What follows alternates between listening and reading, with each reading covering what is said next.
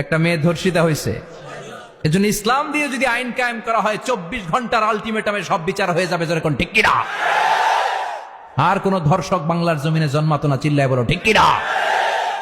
ইসলাম বলে চোরের হাত কেটে দাও, জেনা ব্যভিচার করলে ডেথ পেনাল্টি। সৌদি আরবে হেড অফ করে, গলা কেটে ফেলে। বাংলাদেশেও যদি এটা করা যেত, খবর হয়ে যেত। আর কোন ধর্ষক বাংলার জমিনে জন্মাতো না, চিল্লায় বলো ঠিক কিনা? السارق والسارقة فاقطعوا أيديهما جزاء بما كسبا نكالا من الله والله عزيز حكيم. If anyone steal something very precious from the society, the government should cut down his right hand.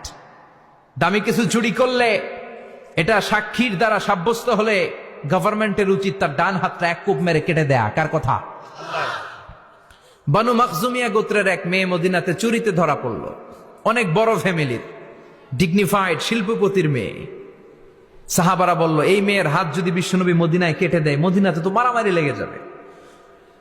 কে বলবে বিশ্বনবীর কাছে যে সুপারিশ করার ক্ষমতা কারো নাই? বিশ্বনবীর পালক পুত্র ওসামা বিন যায়েদ, যায়েদ ইবনে হারেসা, তার ছেলে ওসামা পালক পুত্রের ছেলে, তাকে বিশ্বনবী বড্ড ভালোবাসতো। তার উপাধি হলো হুব্বু রাসূলিল্লাহ, বিশ্বনবীর ভালোবাসা। সবাই বলল, ওসামা, আমরা যে বলতে পারবো না, তুই যে নবীরে সুপারিশ কর। ও নবী, যদিও চুরি করেছে মেয়েটা, সাব্যস্ত হয়েছে, কিন্তু আপনি মাফ করে দেন, হাত কেটে দিয়েন না।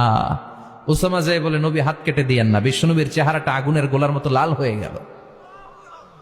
বিশ্বনবী বললেন, ওসামা, এটা আল্লাহর আইন, সুপারিশ করার সাহস তোর বুকের ভিতরে দিল কে? কে দিয়েছে স্পর্ধা? লাউ আন্না ফাতিমাতা বিনতে মুহাম্মদ সারাকাত লাকাতা মুহাম্মাদুন ইয়াদাহা।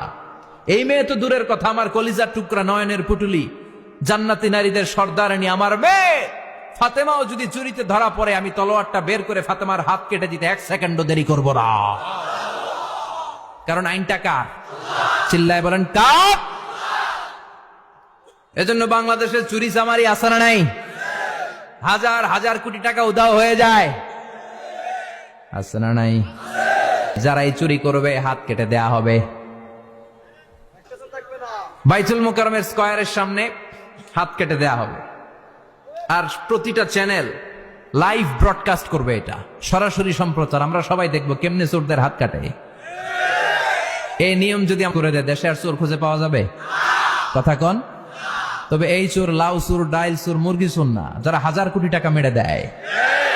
এক সিগনেচারে দেশের 10,000 কোটি টাকা নাই, চিল্লায় বলো ঠিক কিনা? এই চোরদের বিচার যদি করা যেত, তাহলে এই দেশে আর দুর্নীতি থাকতো না। দুর্নীতি দমন কমিশনের দরকার হতো।